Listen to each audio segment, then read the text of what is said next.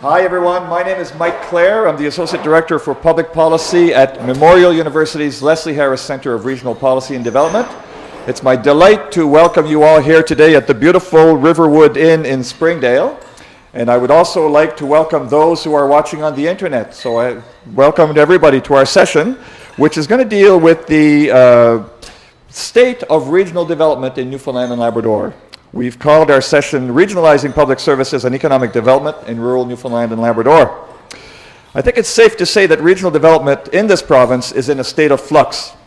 After nearly 2 decades of existence, the regional economic development boards have now seen their funding eliminated. As a result, it's expected that most of them will cease to exist within a few months. Some have already closed their doors. These 19 organizations were essential to regional development, especially in rural areas.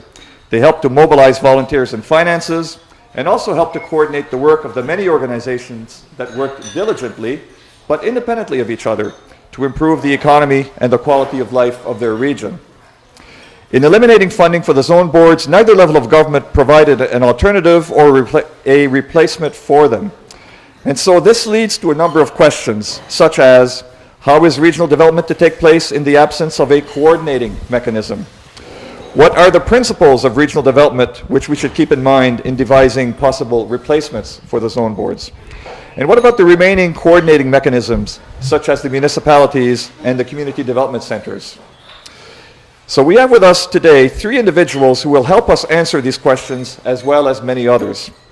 One is a university researcher who has given these questions a great deal of thought, and 2 are experienced municipal councillors and provincial leaders who have wrestled with these issues in a very practical and pragmatic way.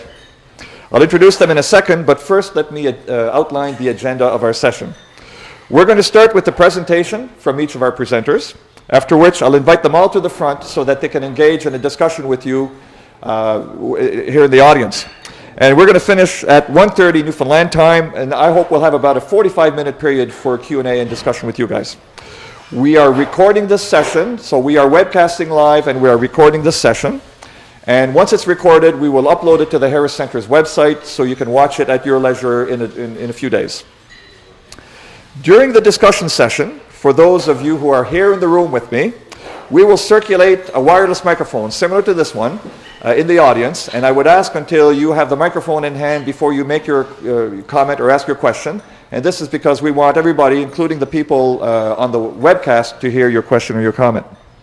For those of you who are watching on the internet, we are using the Illuminate Live platform.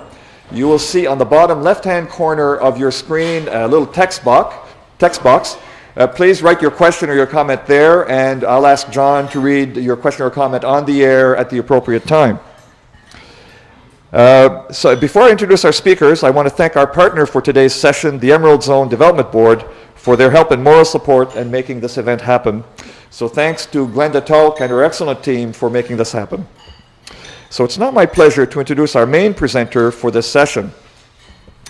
Dr. Kelly Vauden is an assistant professor with the Environmental Policy Institute at Memorial University's Grenfell campus in Corner Brook. She also serves as a research associate and member of the Community Cooperation Office with Municipalities Newfoundland and Labrador, and as a board member of the Canadian Rural Revitalization Foundation. She has worked as research coordinator and instructor with the Centre for Sustainable Community Development at Simon Fraser University in British Columbia, and as a consultant to all levels of government, to non-governmental organizations, and to private sector organizations. Kelly's research focuses on collaborative governance, sustainable communities, and regional development, particularly in rural and small town settings. She has been a co-investigator in the multi-year research project Rural-Urban Interactions in Newfoundland and Labrador, and is currently leading a 3-year project titled Canadian Regional Development, a critical review of theory, practice, and potentials, along with several community-based research projects in Newfoundland and Labrador. So I think you'll agree with me that Kelly is eminently qualified to speak on the topic of regional development in this province. And please welcome Kelly Vauden to the podium. Thank you. Thank you. So yeah, I'm here to start out a discussion about something that is near and dear to many of us. I suspect those of you who have been working in community development in some way, shape, or form have been facing issues surrounding regionalism and regionalization in all of your work for many years, I suspect. And I'm a member of a group of researchers that's global, that's worldwide, that has recognized this trend since the 1990s. Has been observed a refocusing on regions as a scale for development. So I came here started looking at regional development approaches in the 1990s, but came here to Newfoundland and Labrador in 2003. So since that time, I've been involved in a number of projects that have been looking at how communities can collaborate with one another to deliver services, to pursue the well-being of their communities at a regional level. And part of that, I've also worked with municipalities, Newfoundland and Labrador, who's been doing a lot of work in that area, as Mike mentioned. So there's this observation of an increasing focus on the region as a scale for development activities, to the point where one author refers to regions as the fundamental basis of economic and social life.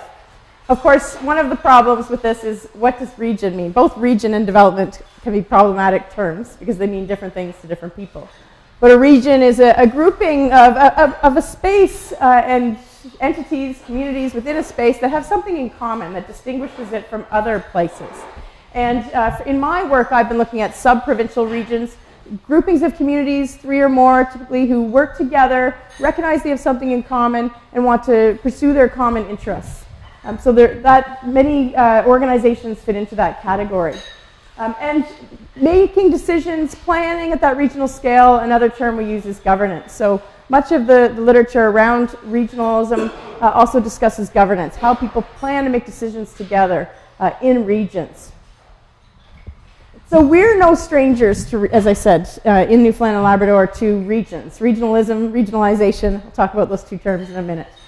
Some of the work that we've been doing has been just trying to identify what kinds of regional efforts are in place in the province. And through the Rural Urban Interactions Project, we identified over 1,000 groupings of some kind, committees, economic development corporations, regional offices of provincial bodies, groupings of organizations that have boards or committees or structures in place to try to address community development in some way. So that tells you about the experience that we have in working with regions, that we can actually learn from ourselves, but also share with others across Canada and internationally who are interested in learning about regional development. Many of these organizations are what we've grouped as a category we've created sort of called social, but of course there are a lot of interactions between social development, economic development, etc. School boards and school councils and health boards and all of those recreation groups all would fit into that category. Now, as I said, many of these organizations have been created in this era we've referred to as the new regionalist era, where there's been a new focus on regions. So in the 1990s and beyond, over 50% of these organizations have been created since 1990. And 78% since the 1980s. So they're relatively new, many of these organizations, in the history of development activity. But some of them are not, so we do have a longer history, and the development associations certainly are one of our early examples of regional development in the province that we can learn from. And here in your region, you also have a rich history of regional service delivery, regional collaboration to learn from. And I know this is just a sampling from our work of the organizations that are in your region, and I'd love to hear about others from those that are in the room. So one great example is the Green Bay Waste Management Authority, and I hope I'm not opening any sore spots there. I don't know what the current status is of the authority within the structure as it's changing. But this began in 1992 when 4 communities started discussing the need for a regional approach to waste management. And it wasn't until 2001 that the actual authority, the organization, was incorporated and formed. So that tells you nearly 10 years. That tells you, one, how much work it is to do regional collaboration, to deliver services regionally. It takes a lot of time to set these things up. But in terms of the successes, that example also suggests what can be accomplished as a region. By 2006, the authority was diverting over 30% of the waste from the landfill, equaling about 800 tons of material. So it shows you the concrete environmental benefits that can occur and service benefits that can occur when communities do collaborate regionally. I have a question mark beside the Green Bay Economic Development Association because I wasn't sure if it was still active, so I'd love to hear about that from people. But if it is, it's one of the early examples from 1974. Also missing from this list, I was talking with Jennifer, is the Dorset Trail Snowmobile Association, the Dorset Trail Tourism Association. So there are others.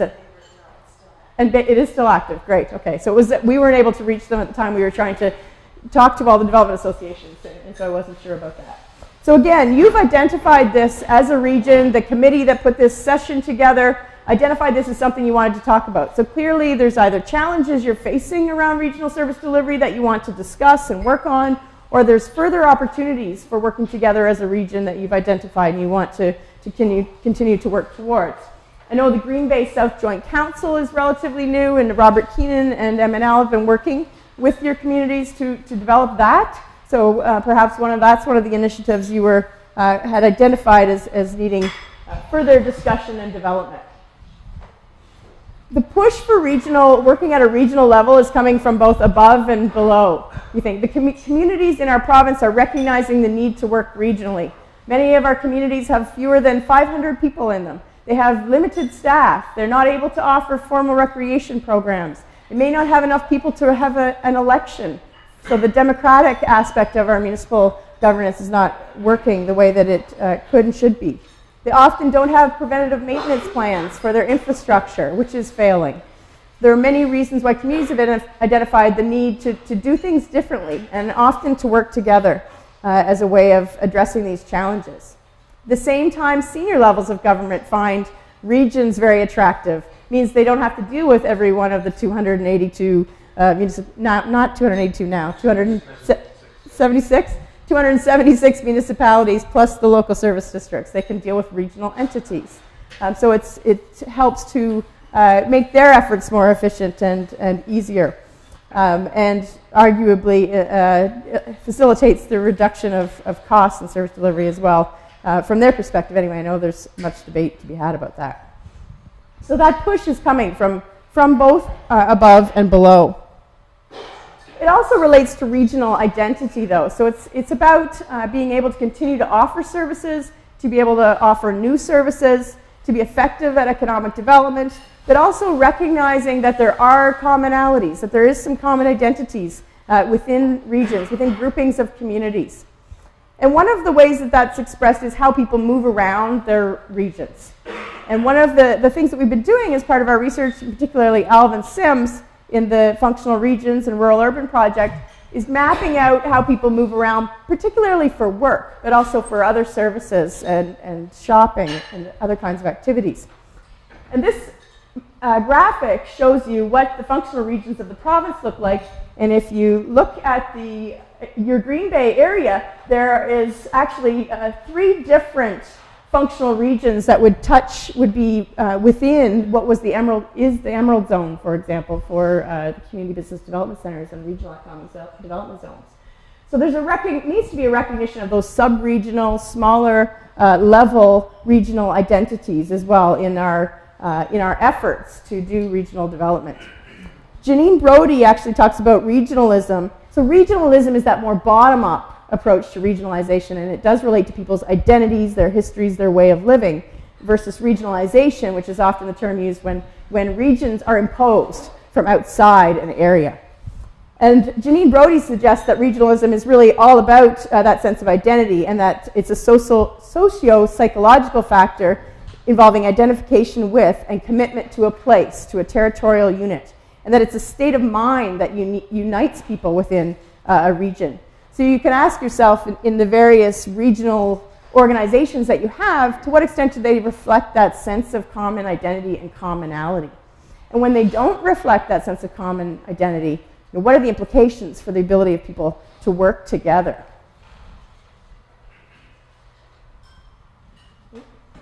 One of the other things the functional regions work has highlighted is that these things change over time.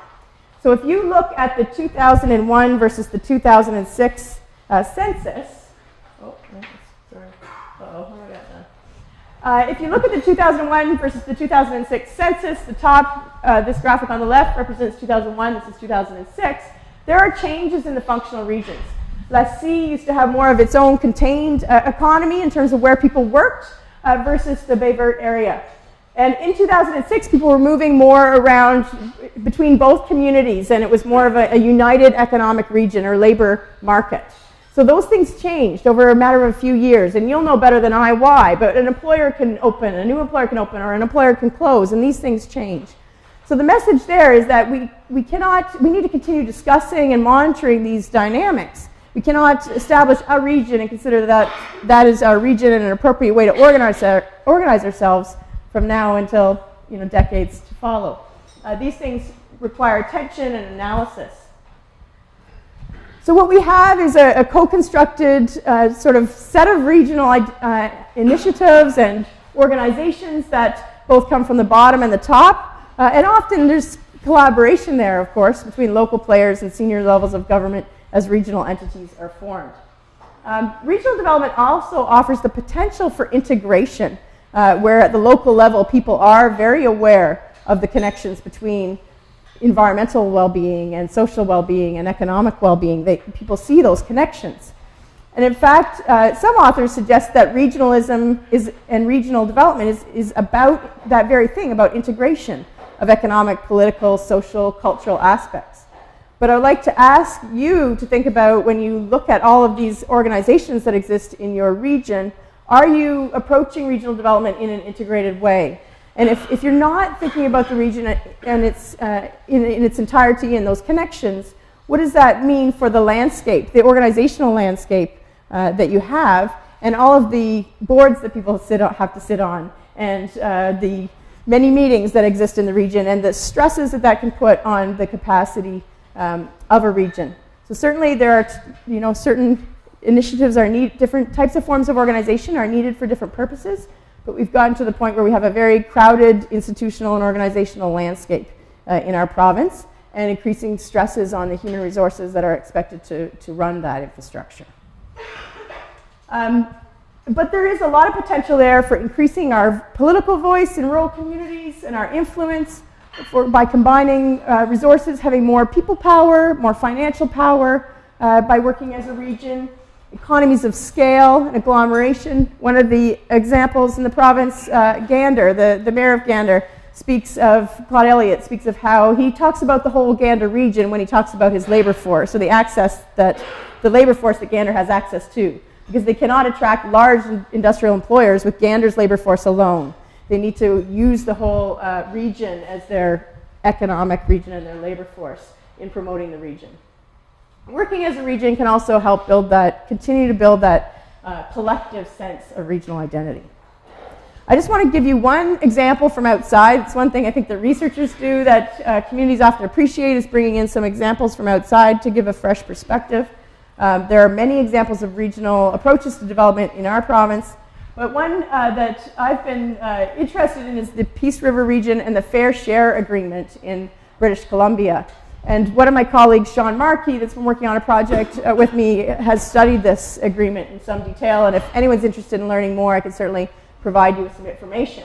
This region has about 60,000 people, about 30% of its economy is oil and gas driven, and it's seen significant economic growth as a result. But also increasing pressures on municipal infrastructure, on the instances of drug-related crime, bombing threats on pipelines, etc., etc. There have been pressures associated with growth, and the argument has been made by the region that the benefits have not stayed in the region from that economic development, and therefore there's been no capacity of the local municipalities to deal with this growth and to share in the wealth that has been created. And this, Sean talks about, as sort of a traditional story of resources being extracted and the benefits primarily leaving rural areas and heading into corporate headquarters, provincial coffers, etc. So looking at rural areas as a resource bank. And the region was sort of tired of seeing this happen and seeing all of this economic wealth and just feeling more pressure as a result, the municipal leaders. So they began to work together. They built a strong research, they did research and built a strong case for why they needed to share in this resource wealth. They needed more financial benefits. And they kept at it. They kept at the pressure. Again, back to the story of how long some of these things could take to put in place. And in the end, they were able to negotiate a memorandum of understanding with the provincial government that saw millions of dollars invested into the region. In 1993, they got a $4 million agreement. In 1998, they got a $12 million agreement So that was provincial grant money as well as an extra tax on industry that was redistributed to the communities. And from 2005 to 2020, they have a $20 million a year agreement with an indexing, a formula that can see that increase to $28 million a year. So those are real, big numbers, significant numbers, economic development impacts, municipal impacts that I think, capture people's attention. And it was only possible through concerted pressure, regional collaboration, and communities trying to overcome their differences. The largest community in the region, Fort St. John's, did lead the attack, if you will, but working collaboratively with other communities in the region. And they figured out, they divided the money according to the tax base, so there's an allocation to each community. So it's not only regional benefits, there are also dollars flowing to individual communities. So it's not a matter of it only benefiting the regional entity, but also individual communities have specific financial benefits from that agreement. So I think it's a great example of what can be done. The other thing that comes out of this example is that corporations responded. So we have a lot of industrial development happening in our province right now, and we've worked with the Isthmus region in particular to look at this. How can they benefit more from the development that's happening? But you have mining development in your region as well, and other forms of industrial development. How are you working together as regions with the corporations who operate in your regions to ensure benefits from that development? In this case, they were able to increase support for small business, ensure local donations, and put in place processes for resolving conflicts by working as a region and then approaching with that power that a region has over versus a single community, approaching the corporations and saying, let's sit down and talk about what's happening in our region and work on this together. So lots of opportunities in regionalism and regionalization, but particularly in regionalism, I would argue, when it's driven from the bottom up, when people can really relate to it, buy into it, stand behind it, for more investment, infrastructure, services, etc., for planning and more capacity in our regions, and opportunities for collaboration with senior levels of government, but that's also a challenge because provincial governments, for example, aren't going to want to give over $20 million a year very easily. It certainly takes a lot of pressure. So that could go on the challenges side as well. But those of you who have been working regionally also know there are many challenges. And I think that's where we recognize the benefit, and people are really interested in continuing to work regionally, do more of that, look for greater opportunities for working regionally, but also concerned about the challenges, rightly so, and looking for ways to overcome some of them.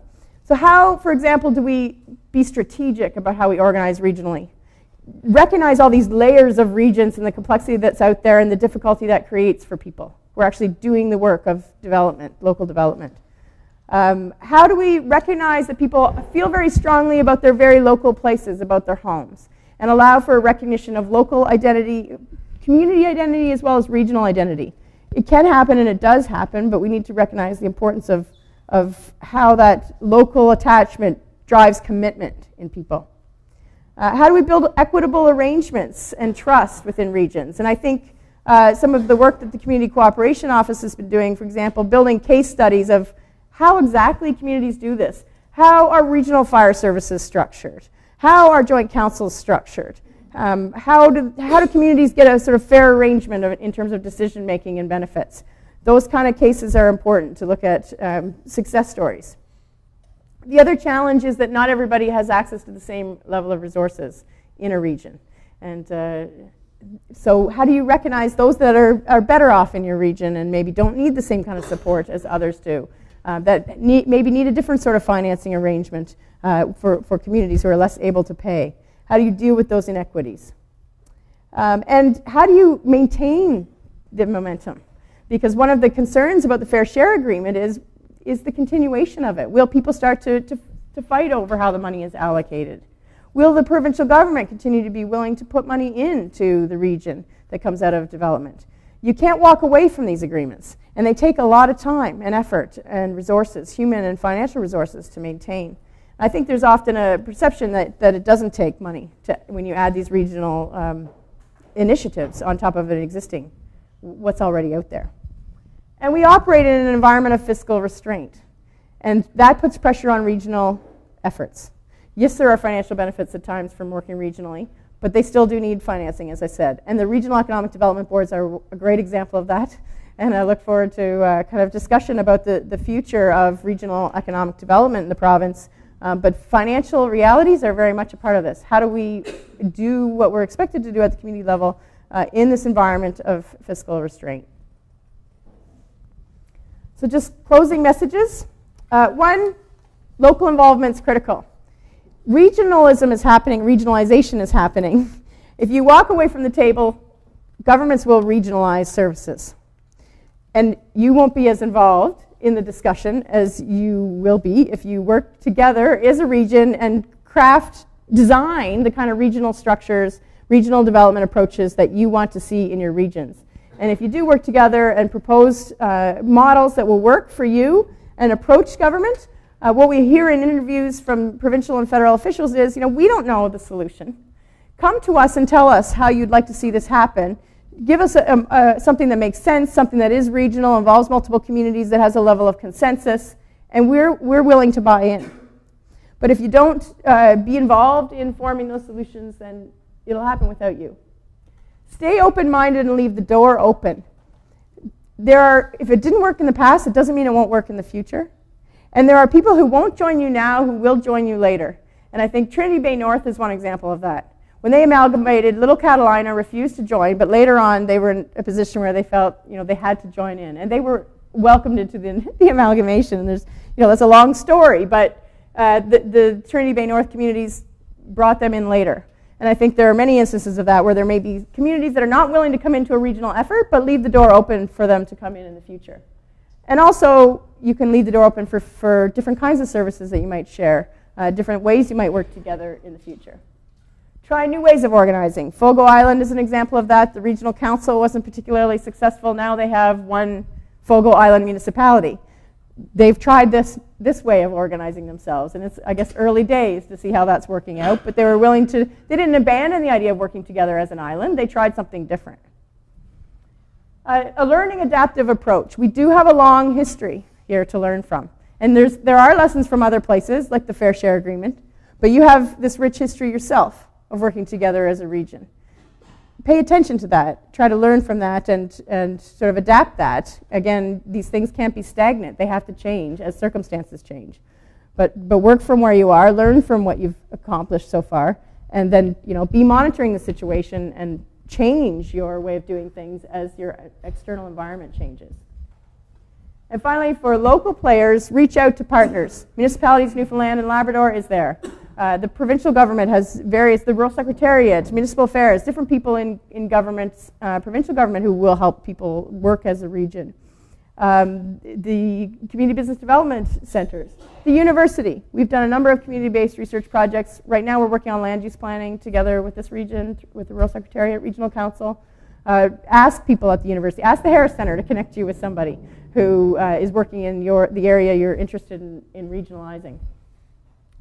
And as researchers, though, we also have responsibility to tackle these big challenges that exist, that long list of challenges, to continue to look for ways to address these challenges, for examples of where things have worked well, and understanding why they've worked well in those particular circumstances. It's not enough to talk in generalizations that, yes, we should work regionally, yes, we need to build trust, etc. We know those big messages are true, but there's very specific things as well about fire services, about economic development, about particular kinds of economic development, ways of going about things, ways that others have gone about things, that we can help to contribute as researchers and partners with community to that process of furthering success in regional efforts in economic development and service delivery. That's it.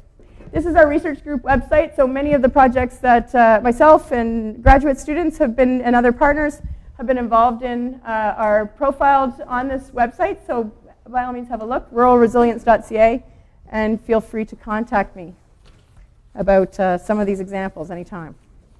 Thank you.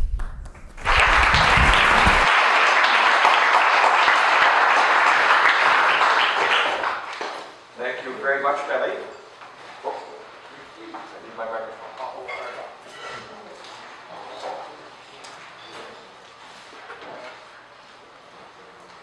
Thank you you very much, Kelly. Thank you for giving us a framework within which we can look at regional decision-making in this new environment. I think that's a very important lesson for all of us to know. I'm going to introduce our two panelists in 1 second, but first I'd like to acknowledge in the audience two special guests. The first is Mr. Kevin Pollard, Conservative MHA for the Bayvert-Springdale District. Mr. Pollard, if you'd like to wave to the crowd. And I'd also like to acknowledge Mr. Jim Bennett, Liberal MHA for the St. Barb District, as well as official opposition critic for rural development. Mr. Bennett. Great to see you here. It's now my pleasure to introduce our two panelists, who are both experienced municipal councillors and provincial leaders. Our first panelist is going to be Stan Reid. And Stan, as I'm speaking, why don't you start working your way forward and clip the microphone on as I introduce you. Stan worked for 30 years administering the employment insurance program in Newfoundland and Labrador with what was then the Canada Employment and Immigration Commission, which later evolved into Human Resources Development Canada. He retired from the Federal Public Service in 1997. During his career, he was very much involved with volunteer work and served for 24 years, that is between 1981 and 2005, on the Municipal Council of Hearts Delight Islington. He served 1 term as councillor, 2 as deputy mayor, and 3 as mayor. In 1999, he became a director with the Trinity Conception Community Business Development Corporation, which is based in Carbonear. He held the positions of director, vice chairperson, and chairperson. He was then elected vice president of the Newfoundland Labrador Association of Community Business Development Centres in 2010, and in June of this year was voted the chairperson. So Stan, welcome to our session. Hey.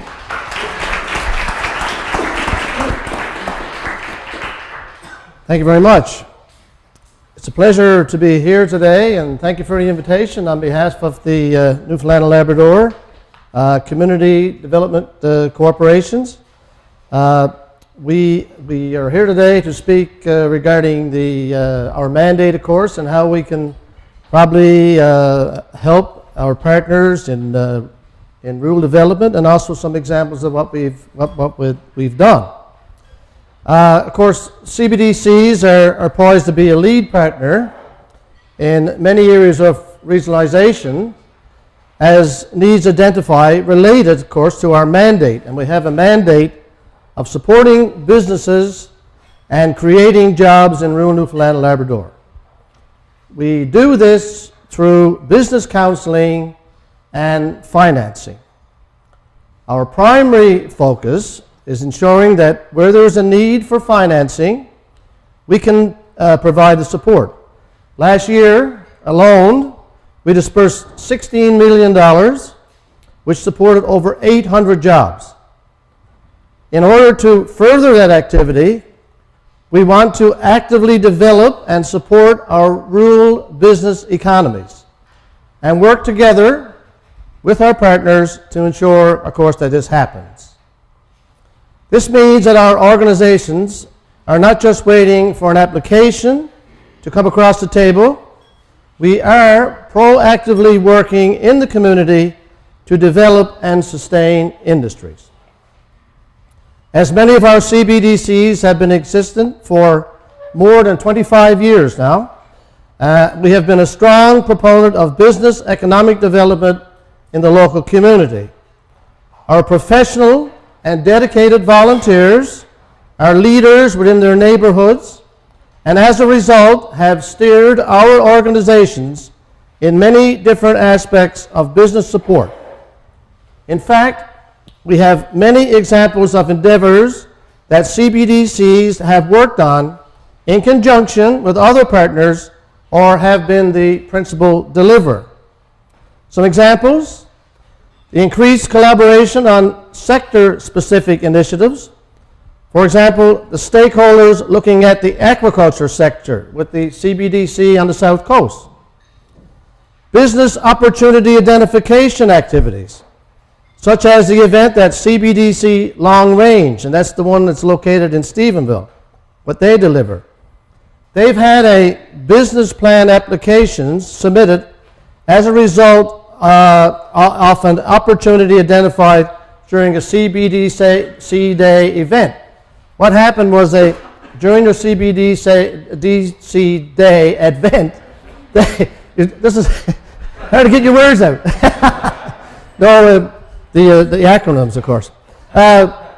They invited some people to come forward and attend the event and asked them to submit mock business plans.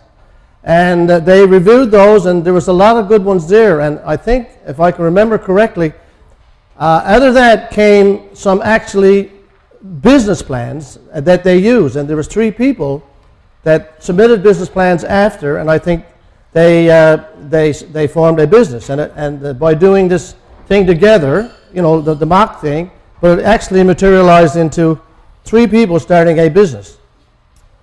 We support established businesses within the community by acknowledging milestones and successes. For example, we have business distinction awards such as CBC Labrador, CBDC Gander, CBDC Trinity Conception. At those each year, we have some nominations from different people who started businesses in the area or in the areas. And then they pick one, and they're recognized as a successful business, and they get a CBDC Business Distinction Award. It's a little plaque or a little trophy type thing, and we bring it in. We make it a big thing. We invite the press. We invite the public during our usually during our annual meeting in the fall of every year. We also work closely with municipalities to address business needs. And we've worked with a municipality in the Trinity Conception area, and it was a very successful thing. Financially supporting community enterprises and CBDC Eastern Initiatives, which is in Clarenville, and CBDC Celtic, which is in Ferryland, and also CBDC in Trinity Conception, as well as a social enterprise one. We've supported the Pitchers Pond golf course in Whiteway, in Trinity Bay. And all that stuff is really working very, very well for us. So as you can see, not all of these projects directly involve us giving a loan to small businesses, but they all do a large role in sustaining our rural communities. It brings in a lot of business, and there's a lot of spin-off and so on from it. And that makes rural Newfoundland, of course, thrive, and we're hoping to do more of that. The roles that the CBDC play in the community was addressed, of course, during our recent Atlantic AGM in Halifax, which was in May. And the Honourable Bernard Valcourt, Minister of State for ACOA, openly challenged CBDCs to be as engaged and connected to the businesses in our communities. With our collection of educated and skilled staff and passionate volunteers, we are more than equipped to continue the facilitation of economic development as it relates to the small business community. Our provincial association works on behalf of our members, and we have in Newfoundland and Labrador 15 CBDCs across the province of Newfoundland and Labrador, and we have one associate member, which is the Metro Business Organization in St. John's. We also work very closely with the municipalities of Newfoundland and Labrador, Newfoundland Federation of Co-ops, the provincial government departments, and federal organizations, and any other group that can help us further our mandate. We plan to work very closely with all these groups on a continued basis within our own 15 regions and provincially as a network. So we're trying to, even though we have a specific mandate, as I stated earlier, to support businesses and create jobs in Newfoundland, and we do this through business counseling and financing, we're willing to work based on our mandate, of course, with any organization, and we can talk about that, of course, in future, and we're willing to do that at any time. Thank you very much.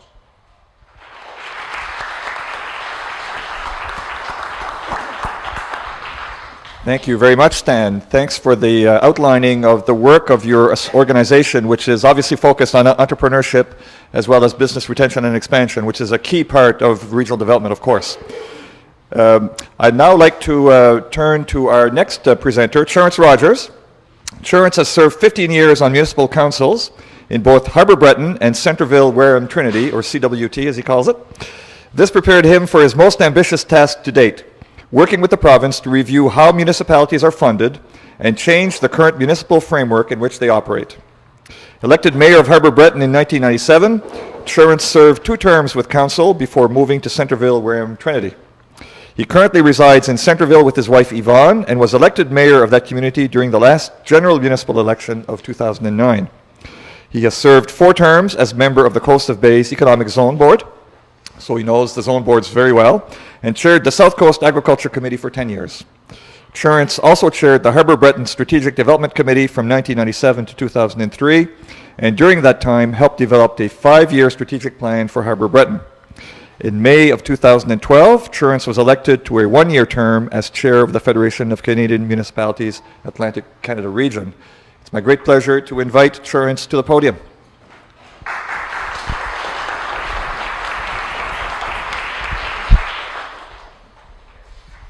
And Mike, it's my pleasure to be here. Thank you very much for that introduction. I'm starting to feel as old as Joe Baffyard, being around that long. It's great to see some very familiar faces and many of the people from the Economic Development Boards like Linda and others, and from different sectors of government and also from the business sector like Joe Baffyard, for example. I want to welcome as well the MHA, Kevin Pollard, and MHA Jim Bennett to the gathering as well. I acknowledge you guys. Sometimes I'm jealous of Stan because his job is a lot easier than mine. He goes around writing checks and smiling and passing out money. I go around complaining that we don't have enough money. So it's a very different role.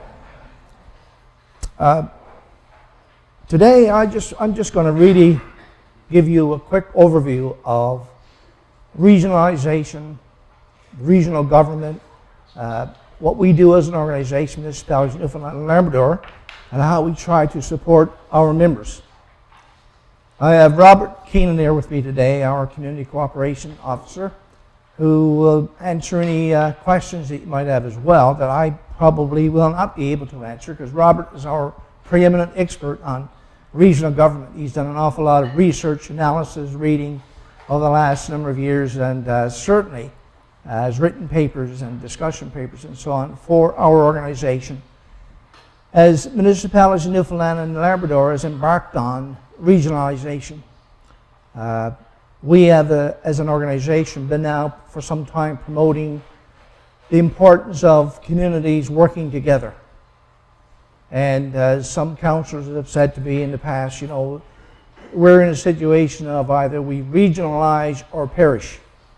And it's that serious because trying to sustain communities that have declining populations and shrinking tax bases and being a volunteer at these community council tables is extremely challenging at times. So first of all, let's just take a look at what is regionalization or what is regional cooperation.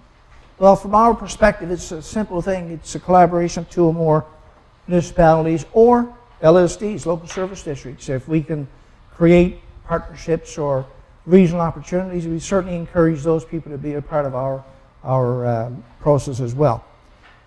And there's no right or wrong way to do this. From our perspective, you know, you can collaborate on regional fire departments, or whether it's some kind of other initiative regards to sharing a water quality expert, as we right now are trying to do in the Bonavista North region, so that we can all share in the cost of that one person, not one town having to pay the costs for an individual. But collaboration does not mean amalgamation. And that's a word which many of you are very familiar with, which many municipalities are very familiar with. And of course, the experiences in the past have not been good in some cases. Nevertheless, I represent an amalgamated community of 3 small towns with a population of 1,200 people approximately. Centreville, Wareham, Trinity, or CWT as we call it. We're now embarking on trying to rename the municipal council to make it easier for tourism promotion strategies and those kinds of things, which you've just completed. But nevertheless, when you talk about regionalization and collaboration, to me it's a very different thing than amalgamation. Certainly Robert can speak to the work that he's done on Fogo Island and some other areas about that. So when we talk about these two words sometimes, and they're used interchangeably by governments in the past and probably the present as well, but some of the policies and decisions they've taken have been necessarily probably not favorable in the eyes of some of our municipalities. We have, for the most part, a weak history of regionalization. We've not really encouraged it. There's been really no incentive to do so. Many of the small communities in coastal Newfoundland and Labrador were founded on the fishery. And that was a driving force. And people who settled these communities didn't want to be too close to each other and compete for fishing grounds and those kinds of things. And people developed that sense of independence and sense of competition. So you get that attitude of, well, if it's something that we have, we don't want to lose it to somebody else. So you're trying to overcome generations and generations of people feeling a certain way about trying to protect what's within their particular boundaries. And so when you try to talk about regional initiatives and regional development, and regional, whether it's economic or whatever it is, health or whatever the issues are, you get that sort of protectionist thing that slips forward. And sometimes it depends on who's sitting at the council table, the leadership in the communities. That influences the way communities deal with these issues. So we as municipalities in Newfoundland and Labrador, of course, we've been trying to really focus on regionalization and trying to make sure that these municipal leaders, I guess in other ways, interpret, as I said, another town's gain as a loss for their town rather than a benefit. So we've been trying to encourage and engage people in talking about how we can help each other survive and become sustainable for the long term.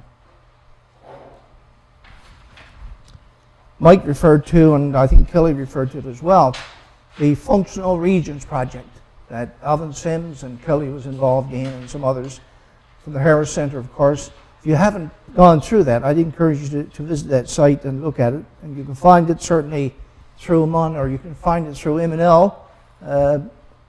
Underneath the first page, right underneath the president's picture, you'll find Ricky, R-I-C-I. You can go in there and certainly find the information. It's a great piece of work. I think it sends a very clear message to a lot of municipalities about some of the challenges they have, and if they're to sustain themselves and survive for the long term, then they'd better pay attention. Regionalization, I think, is growing in popularity, though, because a lot of the work that we've done, and I say we in municipalities in Newfoundland and Labrador, Kelly Vodden has been a part of that, Robert Keenan is a part of that, Craig Pollitt is a part of that. All municipalities in the province have been a part of that. Many of you may not be aware that we've had major discussions in the last 2 years about regional government and what that is and what it would mean for us as municipalities. Right now we have 276 municipalities in the province. Population is ranging from a total of 5 people to a total of whatever the city of St. John's is, 100 and something thousand. And so everywhere in between.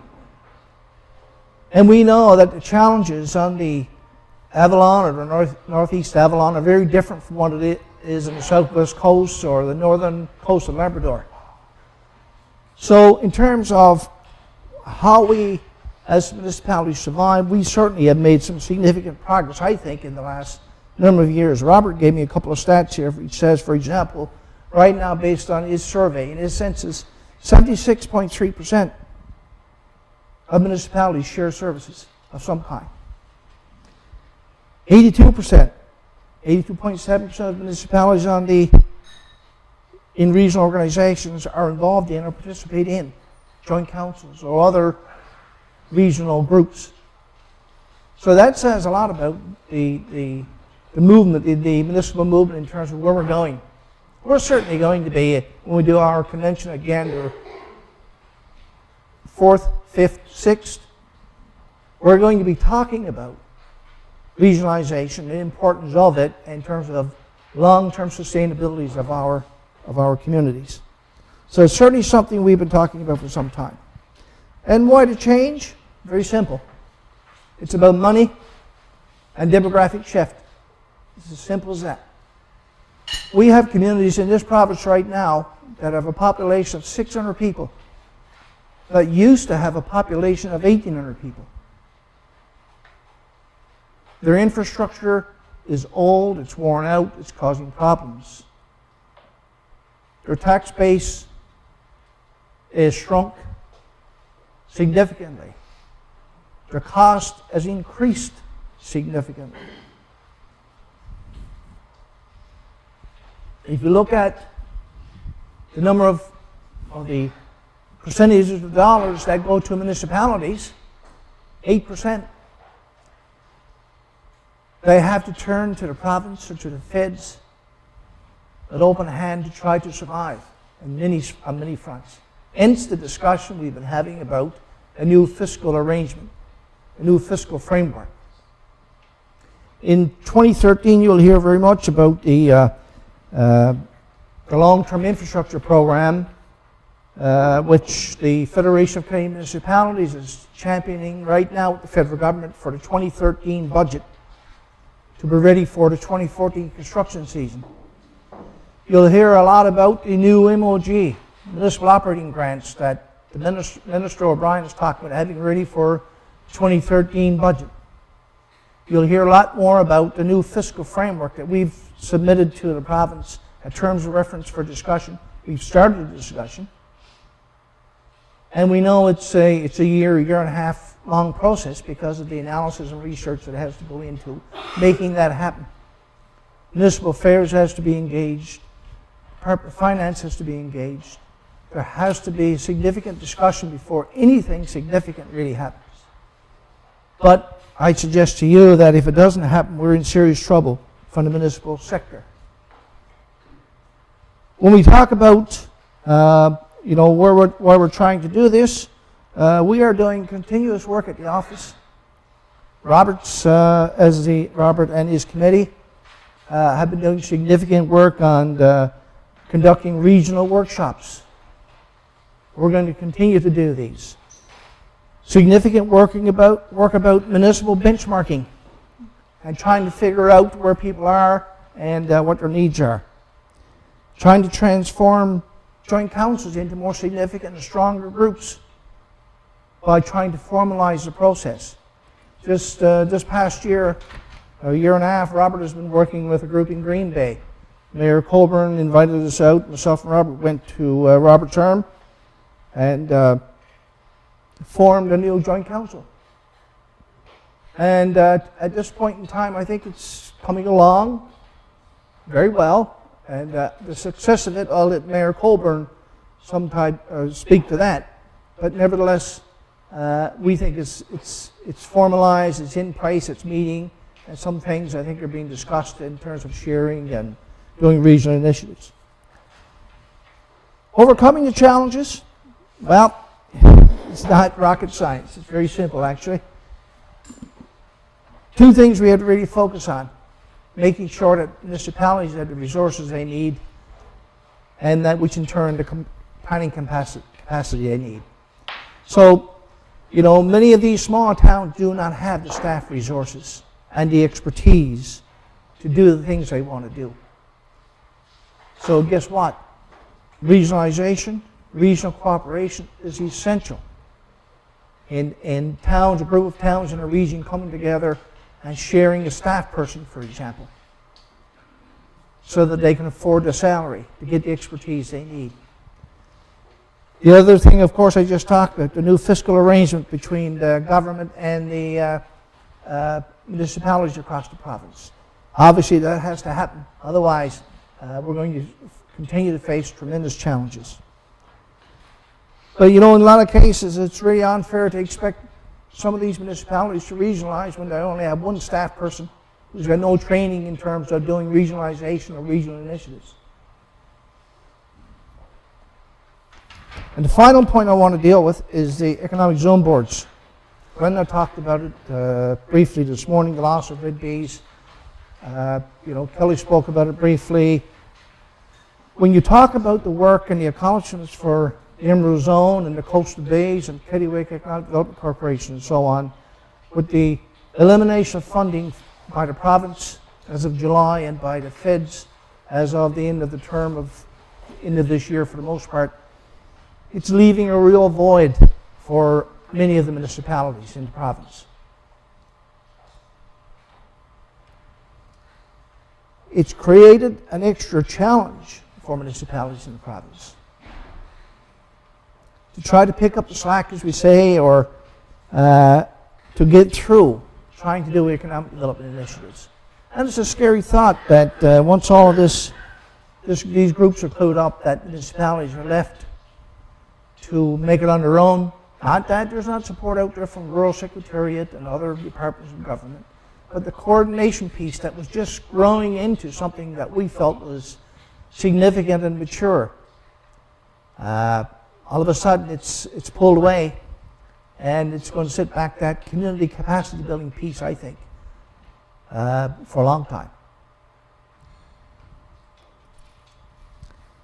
I could go on many other issues, but for us moving forward, we as an organization, we flew to Ottawa, met with Minister Valcourt, met with Minister Hutchings. We put forward a proposal for M&L to fill some of that void.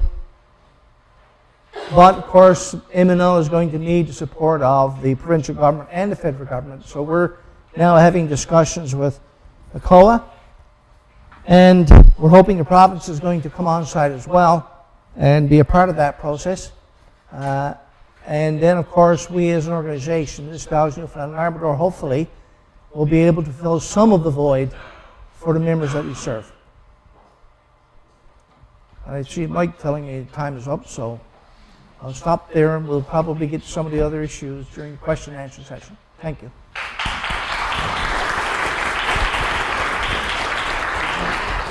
Thank you very much, Kelly and Stan and Terence.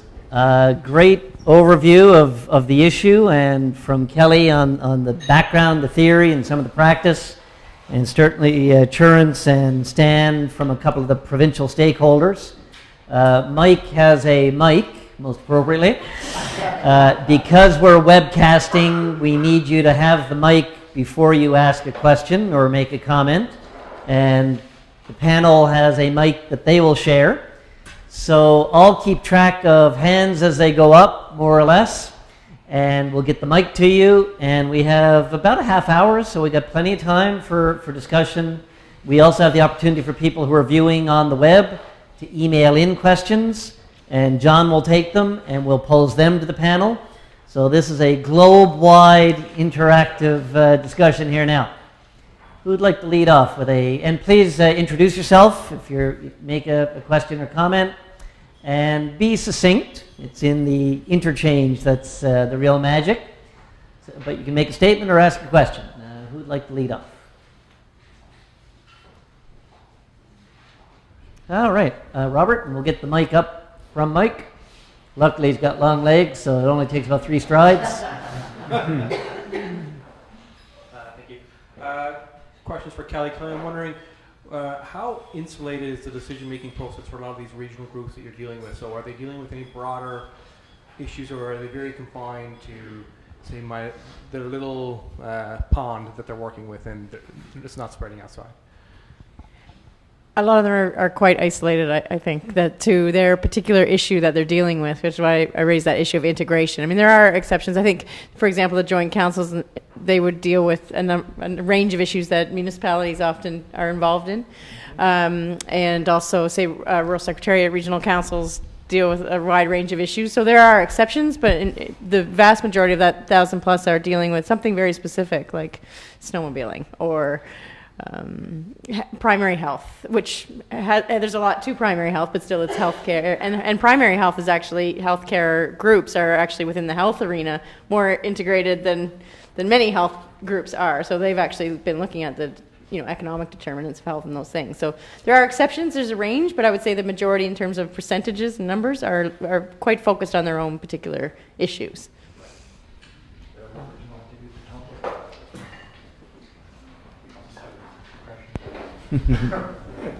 Tom Cooper, Faculty of Business, Memorial University. This is to Chernts and Stan. Is it worthwhile to really kind of push municipal leaders to show the leadership to engage in this regionalization, or alternatively, do you just wait for things to happen from a demographic standpoint, or for government to implement it, et cetera? Because my experience with municipal leaders is they're passionate about their communities, as you were mentioning, Chernts. They've committed huge amounts of time, as both of you have, but eventually you just burn out or you lose capacity and all those sorts of things. Is it something where we have to take the horse to water to make it drink, or do we just wait for the horse to eventually go away? Chernts. Yeah, no, I think generally speaking, we have great municipal leadership in the province. Many of the mayors, councillors are, as you said, very passionate about what they do. And primarily we have 78 or 75 to 78% of those people that are receiving little or no remuneration. So they do it for their communities. They're volunteers for the most part. They have some tough decisions to make. From time to time, government introduces new programs and initiatives out of the blue that they have to deal with as volunteers. Remember that many of them have very limited staff. One person who works sometimes 2 days a week. They meet once a month. So they have no economic development staff. They just have somebody who's basically a caretaker for the tax dollars and those kinds of things. And then the challenges that they face on a regular basis, like, this just to point out the challenges they face, like the new municipal assessment agency roles that are coming out now are showing between 40, 50, 60% increases in property tax. And you as a municipal councillor have to make the decision to either pass it on to your family members and neighbor and friends and all the rest, or do something to adjust your budget to reflect a much lesser increase. So I know that's getting away from the question that you're talking about, but I think the commitment is there from people to not let things just deteriorate to the point where they just fall apart.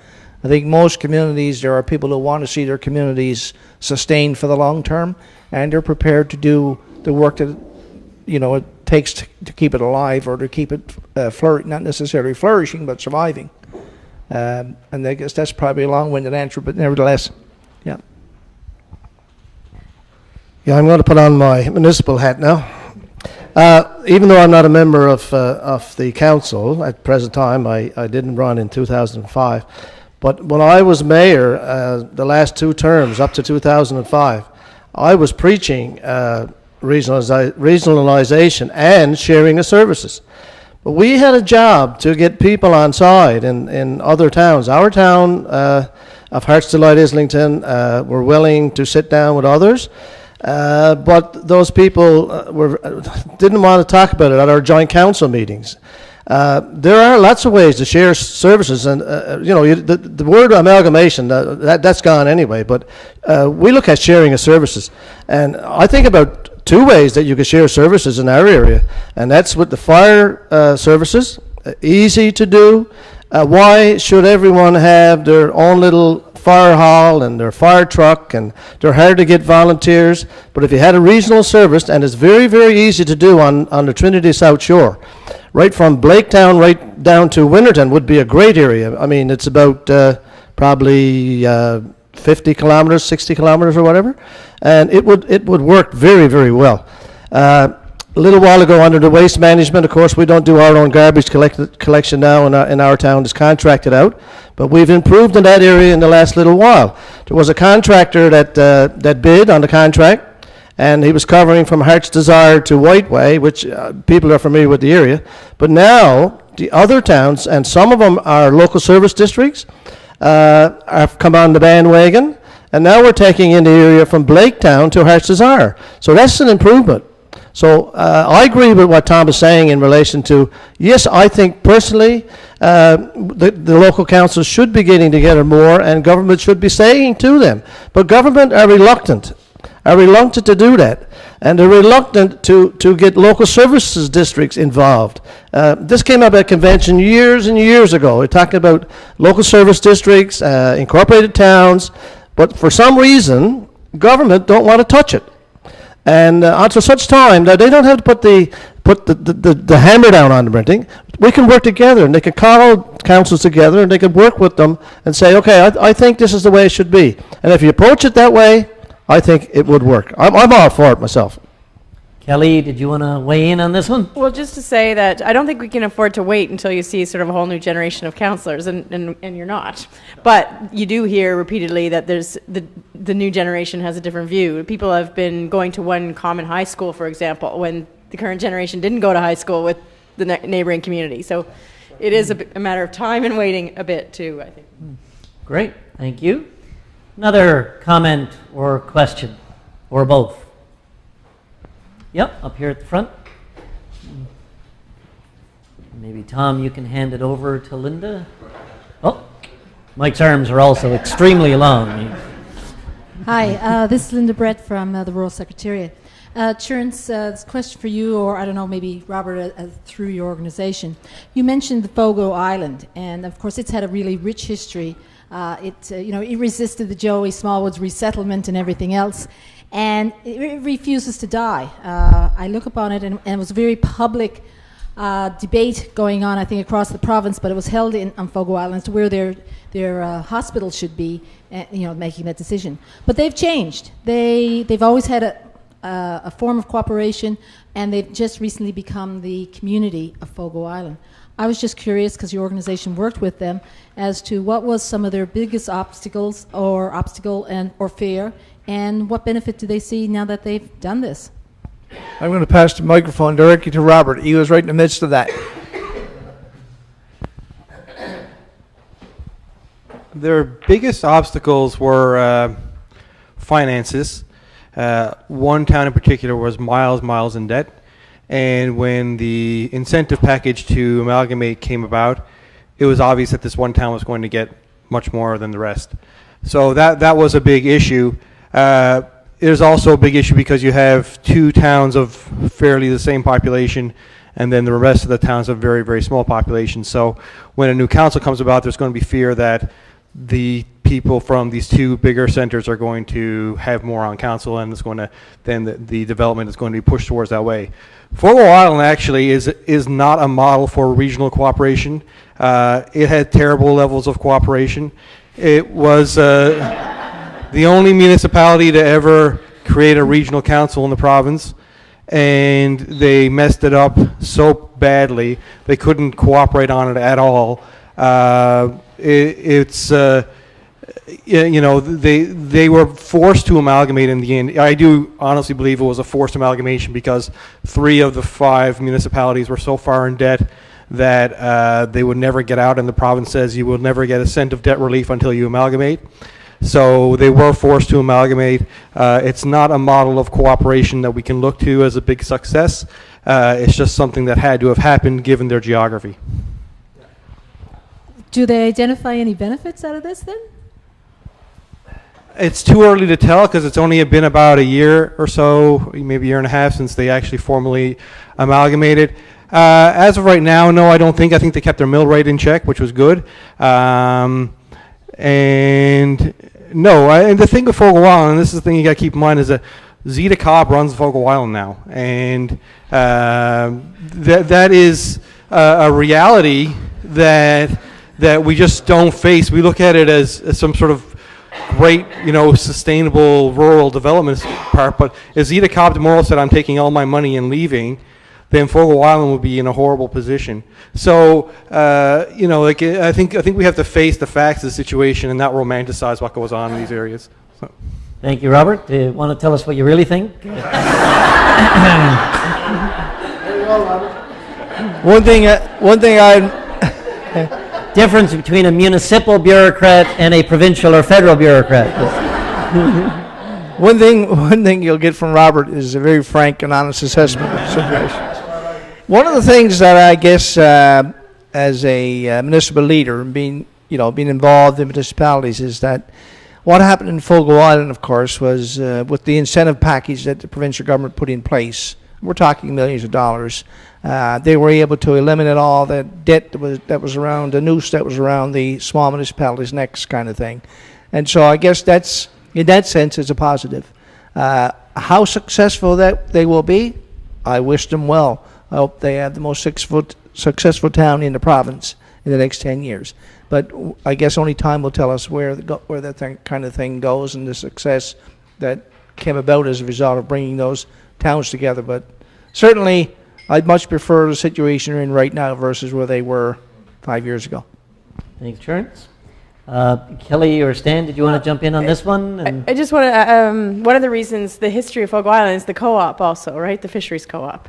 And so there are many, the thing about development, as we've said, is there are many ways of thinking about it. So it's interesting, the municipal side, but I think, as an island, they have stood up in the fishery against some of the provincial decision-making, and certainly there are problems in the co-op too, but as a relatively united voice in the fishery. So that's, I guess, one other example from. One issue, though. That's the thing. It's an island-wide issue that is interest. Just one short comment. I guess we're 40 years ahead of our time in Hearts Delight Islington, because we're two small towns, of course, and in 1972, the municipal people at the time, or a committee, decided that Hearts Delight Islington would join together. Now, they're not very far apart. I mean, it's just going in like one into the other. But years ago, they were Islington, we were Hearts Delight. You dare not cross that line, because if you did, you might get rocked or whatever, right? But it's all come together, and it's improved and improving. And so we got together as one town in 1972. Just celebrated our 40th anniversary, and we had a great celebration, and things are working very well together. Thank you. We have another comment or question over here. You can introduce yourself.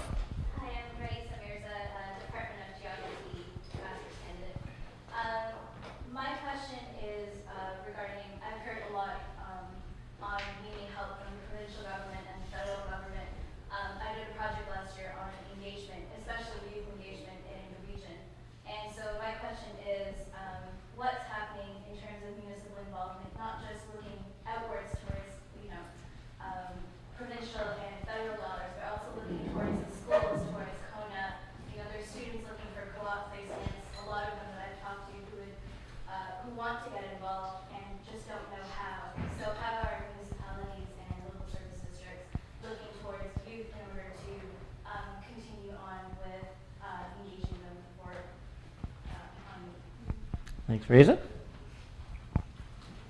Well, most municipalities, like the University Co-op program, for example, have such limited budgets that sometimes even the money that it takes that they have to contribute to bring a co-op student to the community, $5 an hour, for example, or $10 an hour, depending on if it's an engineering student or some other kind of student, they find it very difficult to be able to find the money to just do that. Now, some municipalities are doing that. Some of the more, I guess, urban municipalities and bigger budgets and that kind of thing. So I think municipalities are open to the concept of bringing youth, as much youth as possible, to the communities to do things and to be a part of the community. But sometimes it's just a matter of scarce resources. Simple as that. Kelly or Stan, want to comment on that one? Or you don't feel obliged, but if you want to. I just want to make one comment. We, as an organization, the Newfoundland and Labrador Association, CBDCS, do avail of the co-op system with students and so on. And over the past little while, we've had business students come in on for so many months on the co-op thing, and we're looking to get another one now very soon. I guess I'd just like to pose a question. If anybody here has had, success in involving youth in their organizations, it'd be interesting to hear about it, because I think, in community planning, for example, have any of in the ICSP, Integrated Community Sustainability Planning processes, did anyone go to the schools and ask the classes about what they envisioned the future of their community being? And I think that, is that happening? And a lot of times it's not, but I imagine there are some good examples out there. One of the things that I just wanted to, before we finish up on that youth issue, is that that's one of the challenges that our organization, Municipalities Newfoundland and Labrador, has identified. We have the vast majority of our councillors who are 55 years or older. And we know that there's some reasons for that. For example, some people are retired so they can put more time into being a mayor or a councillor and so on. And they do. I mean, I know councillors and mayors that put in 20, 30 hours a week with their municipality. They do everything. They go out and they work with the maintenance people to identify things and do things. They, they write letters. They do all kinds of things. They're not just people sitting at a council table formulating policy. It's much more than that in a small municipality. The challenge for us, I think, is that we have to try to get the younger generation, next generation, engaged in and want to be a part of the municipal sector, the municipal system. And, I certainly, at a public meeting, I've been, extending the invitation to people. I do regular public meetings every 3 months or so where I throw it open, and we have meetings with 100 people in the room from the community. And they tell me whether I'm doing a good job or a terrible job, and we've made some good decisions or bad decisions. And we're always extending the invitation to youth to get involved, whether it's the Recreation Commission, the Fire Department, the municipality, whatever. So you continue to do that, hope that somewhere along the way they're going to want to get engaged. Oh, just a sec. Tom, if you pass the mic over quickly to raise it. Then we have Tom, then we have someone at the back there, and then up to Joe. I just want to, question that in terms of if the youth are, what I heard was they do want to get involved, but community meetings are not the best way of getting youth involved. So what kinds of new approaches are happening in order to get them involved, to get them out, to get their voice out? Because the assumption that they're not coming to a community meeting, therefore they're not interested, is, I think, false, and is detrimental in a lot of ways to these. As an example, I worked since I was 12. I volunteered with in Ontario. They have youth boards for municipal councils, things like that. I think youth really do want to get involved, but they also want a real voice. So what are municipalities doing to give them a real voice, a real input in their futures, really? And I don't know. I can only speak for my own municipality. I visit schools. I talk to kids. I have kids coming to the what's it called, Municipal Awareness Day. We have, for example, next week I have a regular council meeting on Tuesday evening, and all the cadets in the Centerville, Wareham, Trinity, in the Bay Area are coming into the council meeting, sitting just to see how it functions. One of the things I know we heard when we did the public consultations on the public engagement framework development for Memorial, in terms of how Memorial can connect more with communities, is many of the small organizations just lack the capacity to accept volunteers, because it takes someone to be at the office to get people involved. And so it's one of the real challenges for Memorial in connecting. You can have all these great resources, but if the community partner doesn't have the receptor capacity, it's a real limitation. So it's one of the challenges, I think, that's fundamental to this discussion. Tom? It's a good segue into my question. Sorry to ask another question. Okay, here I am.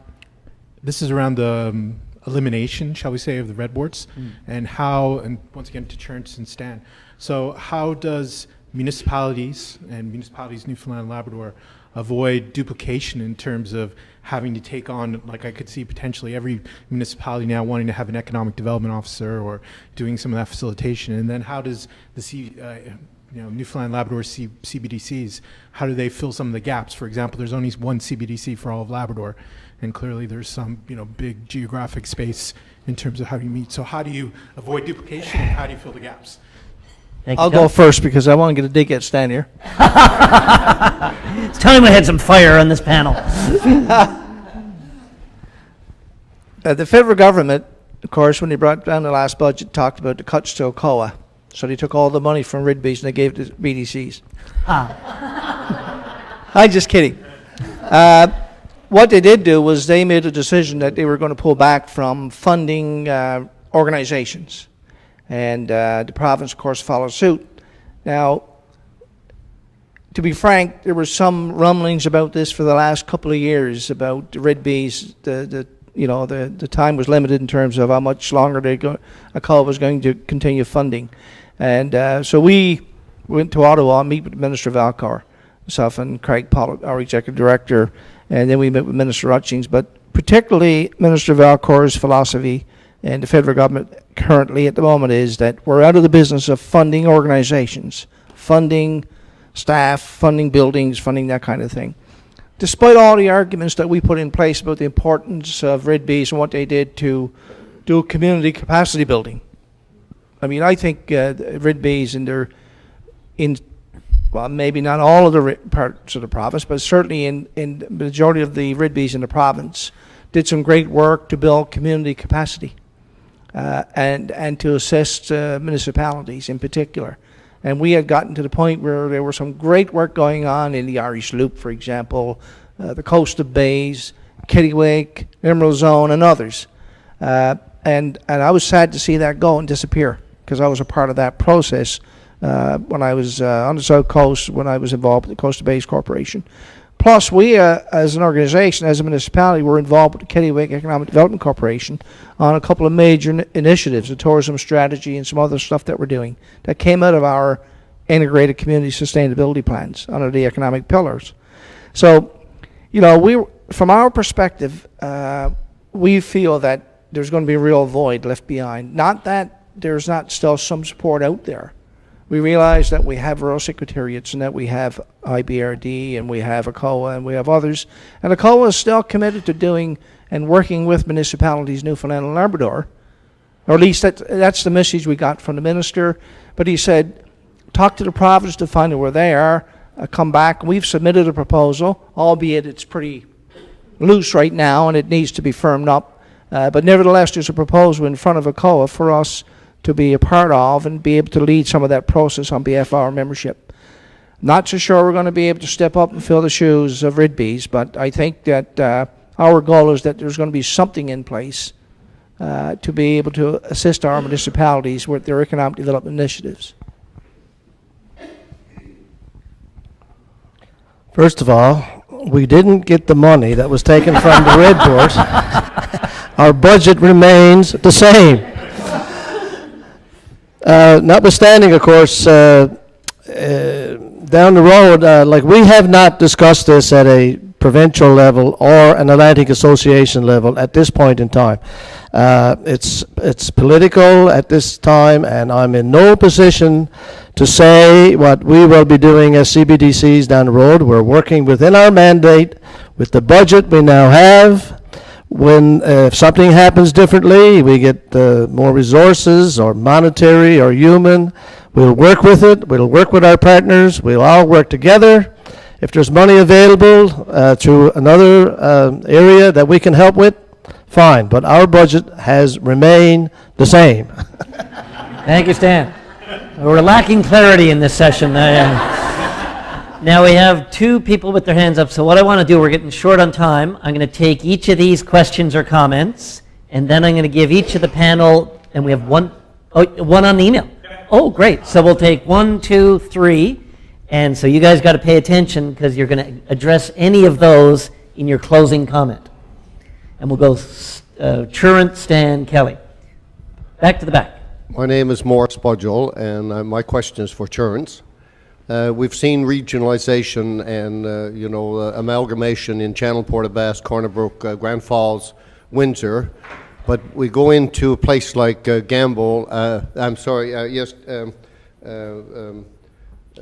across the ridge, Appleton and Glenwood, for example. One bridge separating these two towns. I mean, it almost seems ridiculous. And yet, you know, one of the main leaders in municipal government in Newfoundland is Durham Flynn, and he's holding on to his little empire over in Appleton. And I'm just if you're on the internet, I hope Durham reads this. But if you move a little further to the east, we need a stick to bat Ralph Wiseman and Woody French, Randy Sims. All of these needs a good batting over the head, because that's where the problem is in the Northeast Avalon with all of these municipalities.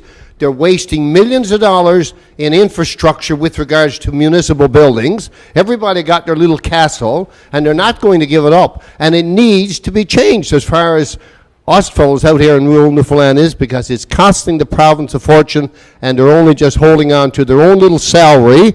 They're getting, let me say this, their salary that they're getting because they're the mayor of the town, and with regards to the municipal buildings and all of the fire brigades, everybody got a fire brigade, everybody got this, and it needs to be done, and it needs to be done from Kevin Pollard's point of view, from a government point, and somebody needs to go in and move into that cluster of waste and mismanagement as far as I'm concerned.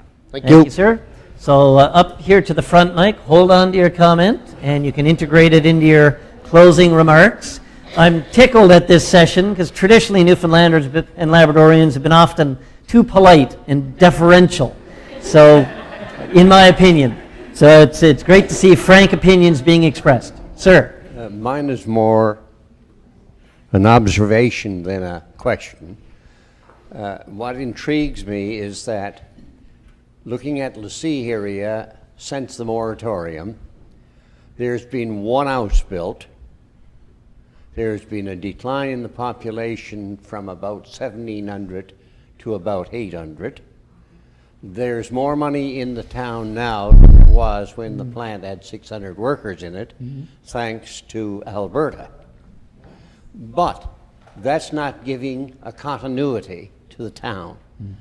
The government has a lot to blame because they've looked at short-term fixes and left the long-term planning for later.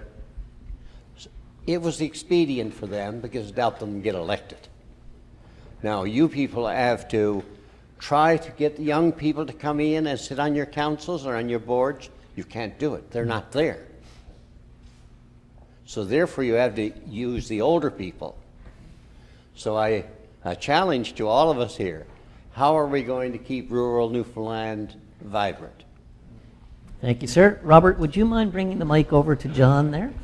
This is a very participatory session. So this is one emailed in.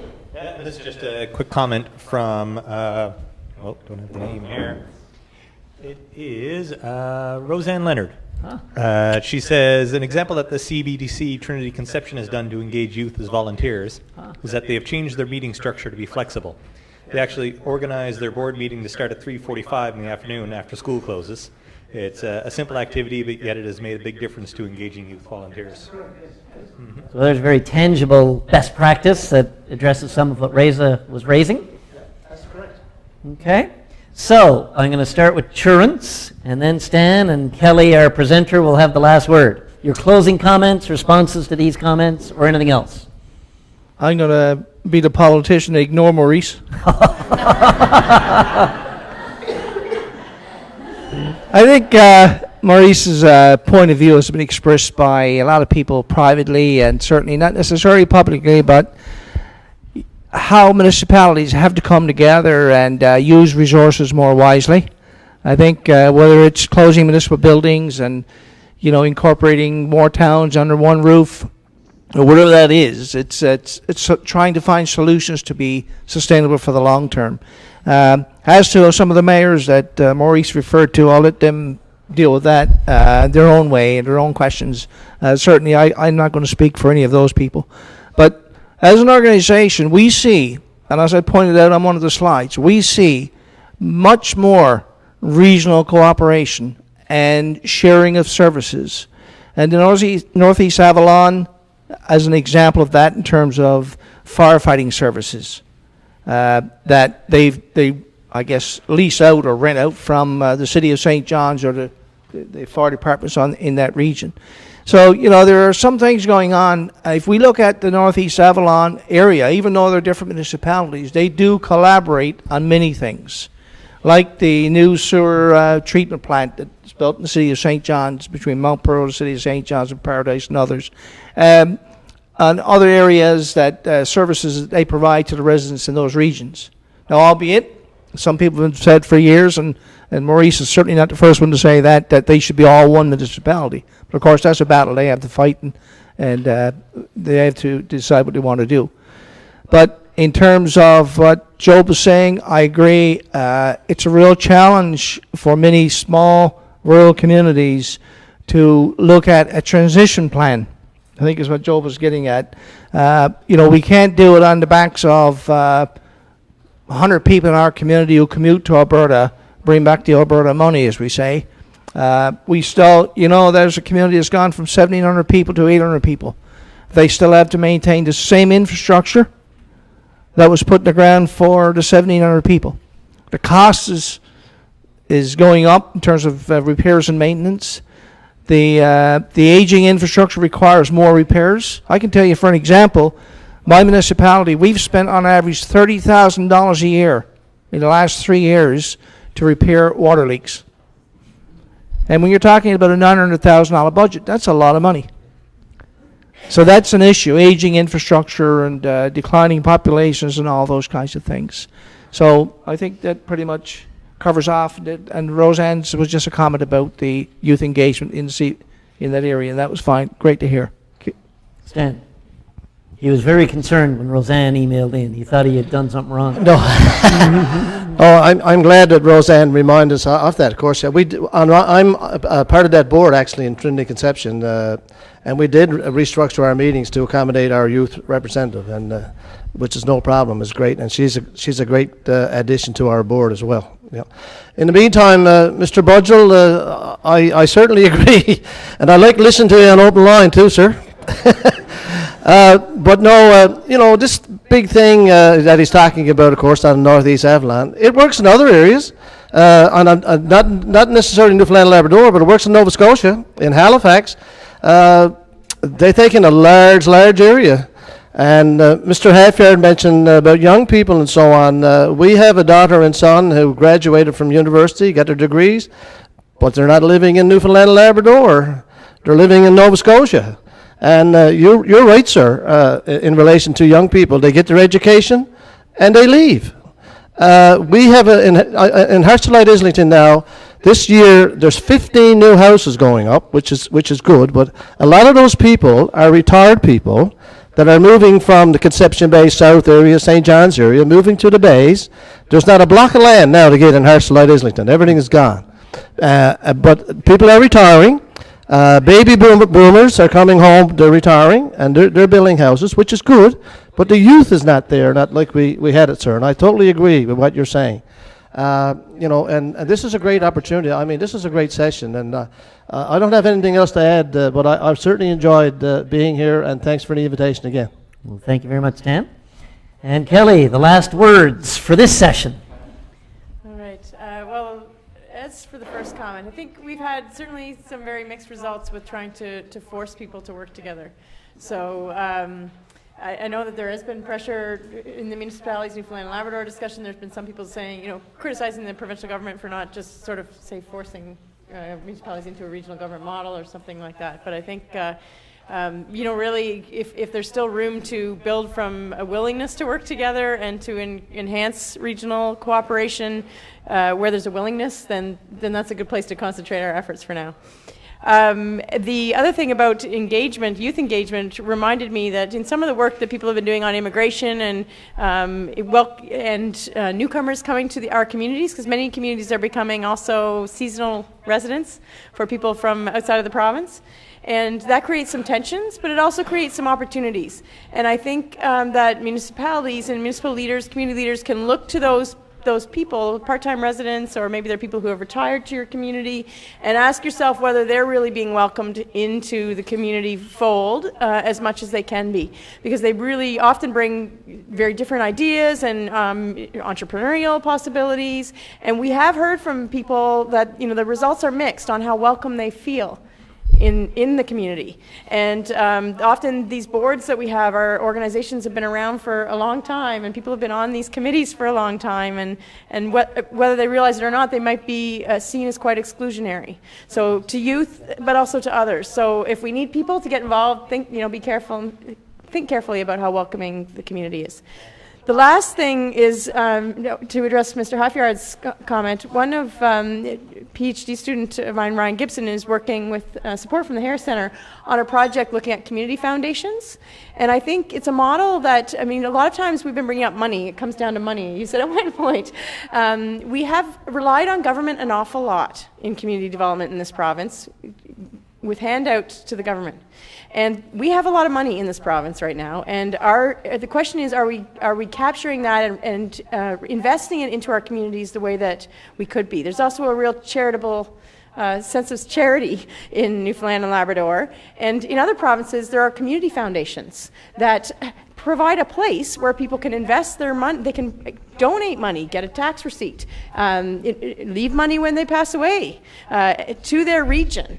And those, I believe that there are a lot of people in Newfoundland and Labrador, with the commitment that people have to their homes, that would be willing to put money into a Green Bay Community Foundation, for example, or whatever the case is.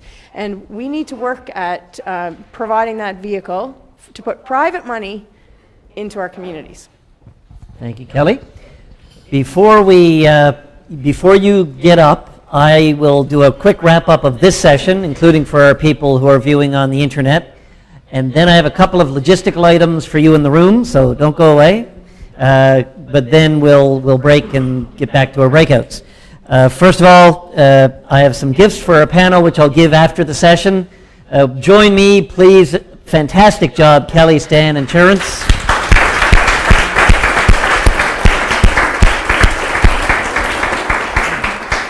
Everybody in the room has evaluation forms in your kits. It's really important for us to get the evaluation forms filled in. Feedback on this session, ideas for future sessions. If you're viewing on the internet, you can click on the bottom of the screen. It just takes a second, fill it in, and submit. Thanks to the Emerald Zone Economic Development Board for partnering with us on this Memorial Presents. We always do these in conjunction with the regional workshops. Thanks to our fantastic team at the Harris Center for pulling this together. Riverview Inn, our panel again, and fantastic engagement from the audience, from Memorial and from the community. Some really big issues that are really critical to the future of the province. An informed public debate is the only way we're going to move forward on this stuff. So thanks a million. We need a lot more of it. And we'll sign off from the webcast. Thank you very much for joining us. And now we'll turn back to logistics for the workshop. Those of you in the room.